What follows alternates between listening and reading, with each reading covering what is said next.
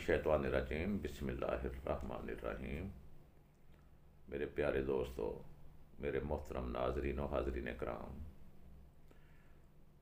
ये दुनिया जिसमें हम आए ये हमारे लिए एक आजमाइश की घड़ी है, एक आजमाइश गाह है, इम्तहान का मैदान है जिसमें हम सब ने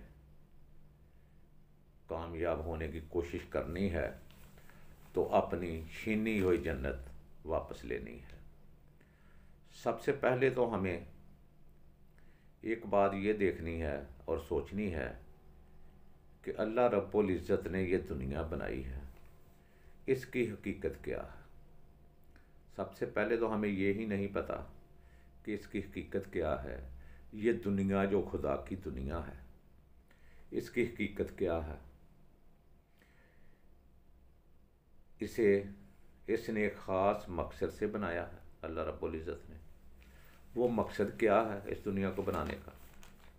सबसे पहले तो हमें ये चीज़ पर गौर करना है और इसको देखना है, इस पर सोचना है और परखना है। ये मकसद नहीं है दुनिया के बनाने का कि दुनिया में आए, शादी की, बच्चे पैदा किए, हलाल व हराम से माहौल बनाए और चले गए, बच्चों की शादियां की, चले गए, बच्चे भी ये काम करते रहे।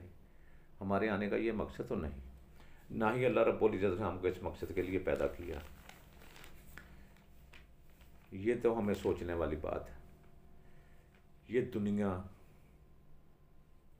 क्या है, इसकी हकीकत क्या है, ये मैं आपको बताने वाला हूँ।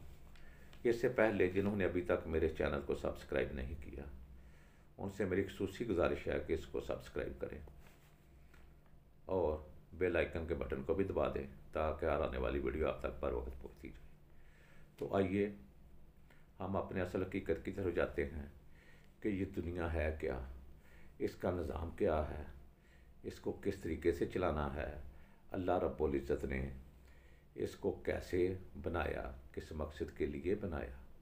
मकसद तो बाद में आएगा, सबसे पहले तो हमें ये दुनिया की हकीकत जाननी है कि ये दुनिया की हकीकत क्या है। मैं पहले बता चुका हूँ कि अल्लाह रब्बुल इज़्ज़त ने हमें किसी मकसद के लिए बनाया है, इस दुनिया में भेजा है। तो दुनिया की हकीकत कुछ भी नहीं, दुनिया की हकीकत अगर देखें तो कुछ भी नहीं। जब इज़राइल अलैहिस्सलाम आ जाएंगे तो ये दुनिया ख़त्म, तमाम हमारी दौलतें ख़त्म, तमाम हमारे महल, कोठियाँ, बंगले, जो हमने कमाई की, बैंक बैलेंस सब ख़त्म। इसका मतलब कि ये दुनिया हमारे लिए कुछ भी नहीं है, जिसको हम सब कुछ बनाकर बैठे हुए हैं। जो कुछ है ये दुनिया है। अल्लाह रब्बुल इज़्ज़त ने हर चीज़ के दो दो चीज़ें बनाती, सुख दिया, साथ दुख भी दे दिया, ज़िंदगी दी, मौत भी दे दी। मतलब कि हर चीज़ के दो दो पहलू अल्लाह रब्बुल इज़्ज़त ने बनाए, दो दो चीज़ें बनाई। तो ये मौत और ज़िंदगी जो अल्लाह रब्बुल इज़्ज़त ने बनाई है, जिसका वो कुरान मजीद फुरकान हमीद में सूरह अल मुल्क आयत नंबर 6 में फरमाते हैं, जिक्र करते हैं कि मौत और हयात मैंने किस लिए बनाई है। ये गौर करने वाली बात है, जिसका तर्जमा है अल्लाह रब्बुल इज़्ज़त फरमाते हैं, वो ज़ात जिसने मौत और हयात को बनाया है ताकि तुम्हें आजमाए और तुम में से कौन अमल में अच्छा है। अल्लाह रब्बुल इज़्ज़त बहुत अजीज़ और गफूर है। यानी कि मौत और ज़िंदगी अल्लाह रब्बुल इज़्ज़त ने हमारी आजमाइश के लिए बनाई है। वो कुरान मजीद फुरकान हमीद में वाज़िया फरमाते हैं कि मैं आपको आजमाऊँगा औलाद के नुकसान से, माल के नुकसान से, अजनास के नुकसान से, अजीज़ व कारब के नुकसान से। यानी कि मौत देकर, फसलें तबाह करके, हमें नुकसान देकर वो सिर्फ हमें आजमाते हैं। और जिसने ये दुनिया को अपना लिया वो दुनिया में भी ज़िल्लो ख्वार हुआ आखिरत में तो होना ही होना है। तो जिसने दुनिया को समझ लिया कि ये दुनिया क्या है, वो दुनिया में भी सुरखरू हो गया और आखिरत में भी सुरखरू हो गया। फिर अल्लाह रब्बुल इज़्ज़त सूरा आल इमरान आयत नंबर 3 में हमें फरमा रहे हैं कि वो कितने खुश नसीब इंसान हैं। कौन? जो उठते बैठते लेटे सोते अल्लाह रब्बुल इज़्ज़त का जिक्र करते हैं, वो अल्लाह रब्बुल इज़्ज़त को याद रखते हैं और कायनात की तख्लीक पर गौर फरमाते हैं। वो इस नतीजे पर पहुँचते हैं कि ए अल्लाह, तूने ये दुनिया बेमकसद नहीं बनाई, इसलिए तू लघु और बेमकसद काम करने से पाक है। ये अल्लाह रब्बुल इज़्ज़त की तारीफ़ कर रहा है वो इंसान जो लेटे भी सोते भी जागते भी चलते भी फिरते भी अल्लाह को याद रखता है, अल्लाह का जिक्र करता है, अल्लाह रब्बुल इज़्ज़त से बातें करता है और क्या कहता है कि ये दुनिया तूने बेमकसद नहीं बनाई, तू बेमकसद चीज़ बनाने से पाक है। इसलिए मैं इस इम्तहान के बुरे नतीजे से पनाह मांगता हूँ और ए रब्बुल इज़्ज़त दोज़ख से मैं पनाह मांगता हूँ। ये वही लोग हैं जिन्होंने दुनिया को समझ लिया, दुनिया की हकीकत समझ ली कि ये दुनिया सिर्फ़ और सिर्फ चंद लम्हों की दुनिया है, चंद घड़ियों की दुनिया है, ये अब्दी नहीं है। दुनिया की नेमतें मिल जाने पर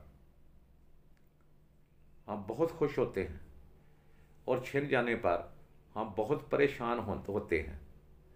इनकी वक़्त, जो चीज़ें छिन जाने पर हम परेशान होते हैं, उनकी वक़्त वैल्यू और दुनिया की हकीकत के लिहाज से इसका मुआजना करें, इसका तयन करें। ये देखें कि जो चीज़ें छिन गई हैं, हम परेशान हैं, ये दुनिया के लिहाज से कितनी काबिल कदर हैं। दुनिया की हकीकत को, दुनिया की हकीकत यही है कि जन्नत और दोज़ख में जाने के लिए दुनिया हमारे लिए इम्तहान गाह है। यही दुनिया की हकीकत है कि जन्नत दोज़ख में जाने के लिए दुनिया हमारे लिए इम्तहान गाह है। ये दुनिया हमारे लिए आर्जी है, अगर हाथ में आ जाए, पकड़ भी ले, तो ये ना आने के बराबर है। इसका कोई फ़ायदा नहीं, इसका कोई मकसद नहीं, इसकी कोई मंजिल नहीं, इसकी कोई हकीकत नहीं। आने वाले वक्त में ये हमें कोई फ़ायदा नहीं देगी, कोई चीज़ नहीं देगी, कोई हमारे रस का बेनिफिट नहीं मिलेगा। अगर पूरी दुनिया को भी हाथ में ले लो तो क्या चीज़ हमें फ़ायदा देगी? क्या चीज़ हमें मंजिल मकसूद तक पहुँचाएगी?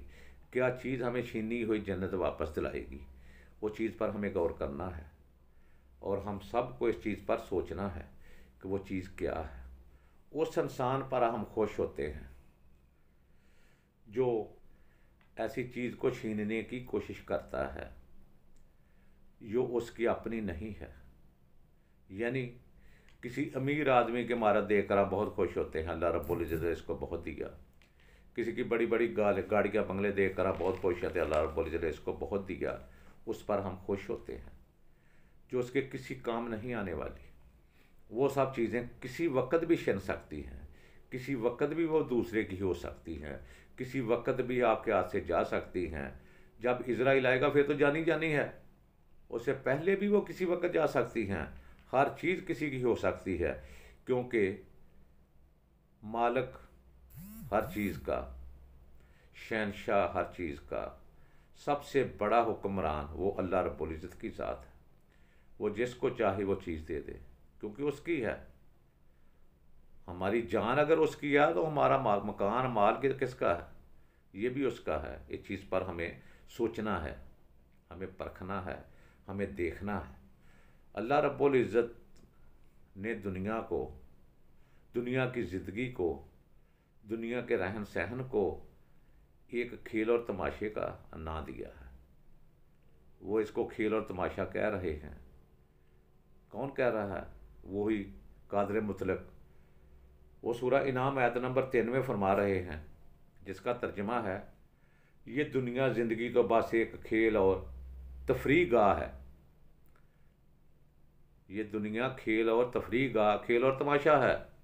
ये दुनिया जिसके पीछे हम इतना भाग रहे हैं, ये अल्लाह रब्बुल इज़्ज़त फरमा रहे हैं, मैं नहीं कह रहा। ये दुनिया एक खेल और तफरीह गाह है। अल्लाह रब्बुल इज़्ज़त फरमाते हैं,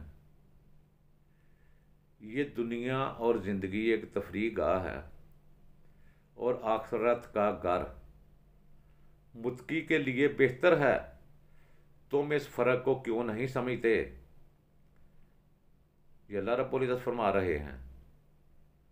वो दुनिया को तमाशा तफरीह गाह कह रहे हैं और हम इस दुनिया को सब कुछ समझ बैठे हैं। यही वजह है कि आखिरत के मुकाबले में दुनिया की नेमतें, मालो औलाद इंसान के लिए रुकावट बनती हैं। ये किन लोगों के लिए बनती हैं? जो लोग दुनिया की हकीकत को नहीं समझते, उनके लिए बनती हैं। जो लोग दुनिया की हकीकत को समझ जाते हैं, उनके लिए ये रुकावट नहीं बनती। फिर अल्लाह रब्बुल इज़्ज़त ने मजीद फुरकान हमीद में, जान लो तुम्हारी औलाद और तुम्हारी माल एक फ़ितना और समान आजमाइश है। ये हमारे लिए फ़ितना भी है, हमारे लिए आजमाइश गाह भी है, आजमाइश का समान भी है। ये हमारी औलाद, हमारा माल, हमारा सामान, ये अल्लाह रब्बुल इज़्ज़त फरमा रहे हैं। फिर मज़ीद फरमाते हैं, अल्लाह के पास इस आजमाइश में कामयाब होने पर एक बहुत बड़ा अजर होगा। दुनिया एक मकसद के साथ बनी है। इसका एजेंडा ये है, दुनिया इंसान की आजमाइश गाह है। अल्लाह रब्बुल इज़्ज़त इस हदफ को कभी फरामोश नहीं करेगा। वो बिल्कुल दुनिया हमारे लिए आजमाइश का बनाएगा और आजमाइश गाह है। हर चीज़ इसी हिसाब से ज़ाहिर होती है और इस लिहाज से हमारा इम्तहान लेकर, नतीजा लेकर फारग हो जाती है। यानी कि हर चीज़ अपने अपने लिहाज से ज़ाहिर होती है। जो हमारे अमल होते हैं, जो हम करते हैं, उसका नतीजा लिखती है और फारग हो जाती है। ये है दुनिया। दुनिया की हकीकत नहीं समझी, दुनिया की हकीकत समझने की कोशिश करें। और मेरी दुआ है कि अल्लाह रब्बुल इज़्ज़त हम सबको अपने प्यारे महबूब सल्लल्लाहु अलैहि वसल्लम के सदक़े, अपने प्यारे महबूब सल्लल्लाहु अलैहि वसल्लम की आल औलाद के सदक़े हम सबको दुनिया की हकीकत समझने की तौफ़ीक अता फ़रमाए और हमें खोई हुई जन्नत वापस लेने के लिए हर तरीके से हमारी रहनुमाई भी फरमाएँ और हमें तौफ़ीक भी दें और हमें खोई हुई जन्नत वापस दे दें और हम पर अपनी रहमो करम फरमाए। आमीन सुम्मा आमीन। अस्सलामु अलैकुम व रहमतुल्लाहि व बरकातुहू।